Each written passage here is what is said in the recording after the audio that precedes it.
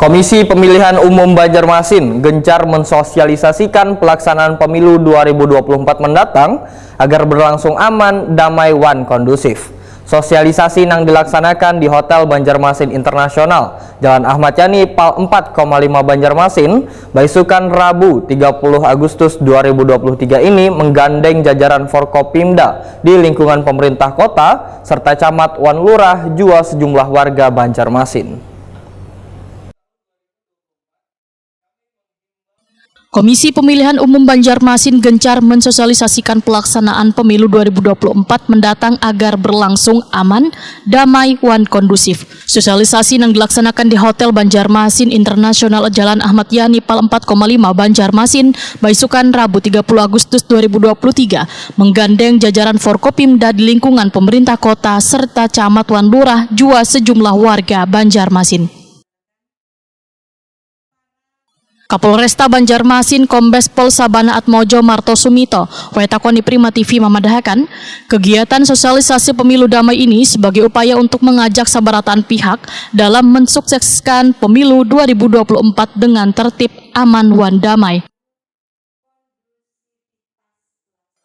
Sabana Atmojo Marto Sumito menyatakan, warga diajak untuk bersikap dewasa dengan menghindari adanya penyebaran berita hoaks yang dapat menebar kebencian hingga merusak persatuan. Dan sejuk dan berkualitas itu seperti dibilang ya. Dengan adanya hal ini semakin banyak dilaksanakan, bukan dari kita saja internal tapi di eksternal. Semua boleh, semua masyarakat boleh melakukan ya. Mau semua dagang melakukan deklarasi damai, mau dari komunitas otomotif boleh ya, tidak dilarang. Tanamkan kepada masyarakat konsep dalam jiwa mereka pemilu damai, itu kita ini. Artinya memastikan semuanya aman, kondusif lah. Betul, ini salah satu upaya ya kan, tentunya dengan niat baik semua. Semoga kita semua bisa dilakukan dengan baik. Itu saya sih ya harapan kita. Gak ada yang lain. Tetap satu ya kan, seperti itu, berbinika tunggal ika ya.